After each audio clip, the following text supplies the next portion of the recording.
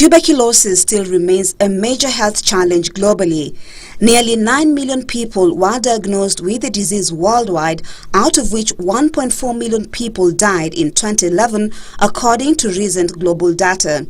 In Kenya, it is estimated that 100,000 people are diagnosed with the disease each year. Globally, Kenya is position 13 among 22 high-burden TB countries and position 5 in Africa. Although the picture looks grim, Kenya has made strides in reducing cases of drug-sensitive tuberculosis in the country, which hit a high of 117,000 cases in 2007, prompting the Division of Leprosy, Tuberculosis and Lung Disease to take immediate steps to reverse the trend. So the positive thing for Kenya is that the numbers are coming down for the last 5 years. We believe that if we maintain that momentum, then maybe another 10 years, 15 years, the numbers will come down to a manageable level. Okay. But just as the Ministry of Health took pride in reducing cases of drug-sensitive tuberculosis, a new strain, the multi-drug-resistant TB, has emerged. 700 cases have so far been diagnosed, with fears that the numbers could rise, according to Dr. Bernard Langat, the head of research policy and planning at the Division of Leprosy, Tuberculosis and Lung Disease. Maybe we are moving now to 700 over the last 4 years. As I told you, an average of 20 patients per month. The multi-drug-resistant tuberculosis can result from failure to complete the first-line treatment or not taking the right combination of the drugs. Samuel Miner's 13 years battle with TB saw him in and out of hospital 5 times.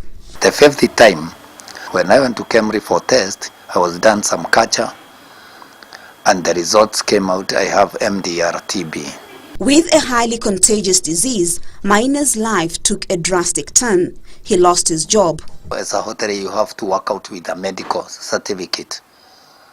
And by so doing, then management won't allow you. 2 years of isolation is a measure taken to prevent further spread of multi-drug-resistant tuberculosis. With no adequate isolation facilities in government hospitals, Maina was forced to rent an extra room to avoid spreading the airborne disease to his family and friends. Most of the doctors, they recommend you to join your family freely after you complete your treatment completed. That's after 24 months. He also had to endure 240 injections, taking up to 18 tablets of medicine a day during the treatment period.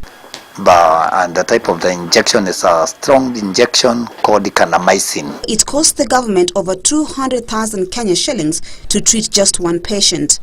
Ensuring that the drugs are available in health facilities is a delicate balancing act that requires accurate planning given the drug's short shelf life. That has been the challenge, but with time we've been able to address this. We've even been able to manage our stocks, in terms of knowing what we'll need for a certain period. One untreated case of tuberculosis has the potential, according to doctors, of infecting up to 15 people annually. A person with TB that is not on proper treatment or not on treatment is just like a young child who collects a loose can and walks around with it, not knowing that is emitting toxic gases. Soon it will kill them, and it will infect other people. It will kill other people in the process. 50% of Kenyans, according to Dr. Langat, have TB, though in dormant state. We know if you're HIV positive in your lifetime, 50% of that population will develop tuberculosis. And every year, 10%, there's a 10% risk. Early diagnosis of tuberculosis holds the key to reducing TB cases in the country. Prompt diagnosis has posed a major challenge in identifying TB cases on time. 2 months was the time a patient had to wait for results. But that has since changed with technological development of the Gene Expert machine. Gene Expert is a simple machine, maybe 1 foot by 1 foot, and it is you can use it anywhere, and you only need some few cc's of sputum.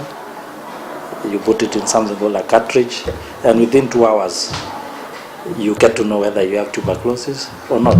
There are about 26 gene expert machines across the country with over 2,000 testing sites, a step that has seen Kenya surpass World Health Organization Millennium Development Goal number 6 of reversing the upward trend of malaria and HIV, including tuberculosis, by 82% against World Health Organization of 70%. But these gains have not been won single-handedly.